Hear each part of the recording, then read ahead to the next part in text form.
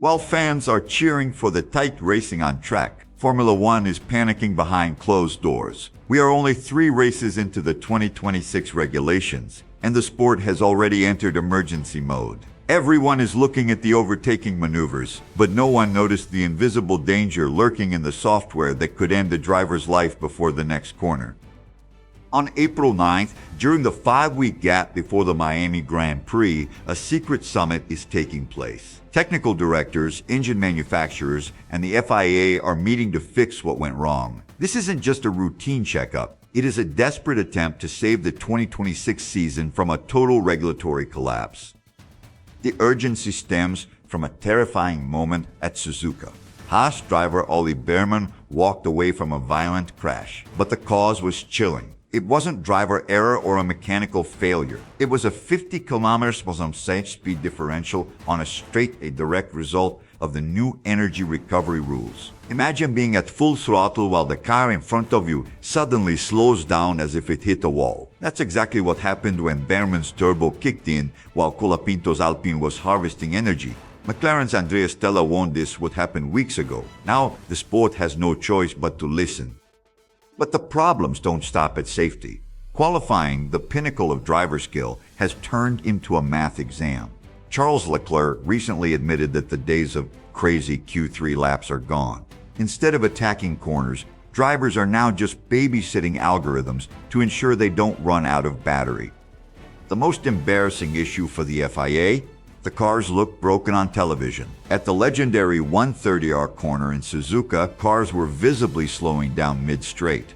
To a casual viewer, especially the massive new American audience, the fastest cars in the world sound like they are failing just when they should be flying. To stop the bleeding before Miami, 6 radical solutions are on the table.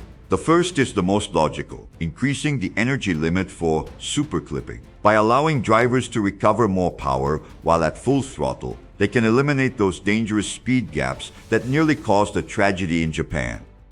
The second solution is counterintuitive, making the cars intentionally slower. By reducing the MGUK's peak power, the energy can be spread across the entire straight. It sounds like a step backward, but it would prevent the awkward stuttering at the end of high-speed sections.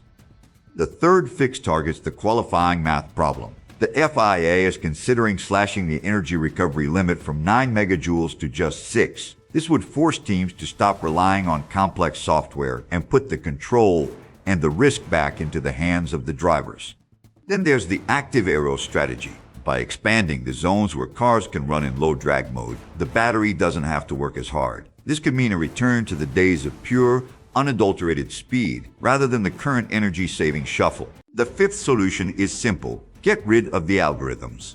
In China, Leclerc's software misinterpreted his throttle input and burned energy at the wrong time. The FIA wants to simplify the rules so the car does what the driver asks, not what a computer predicts.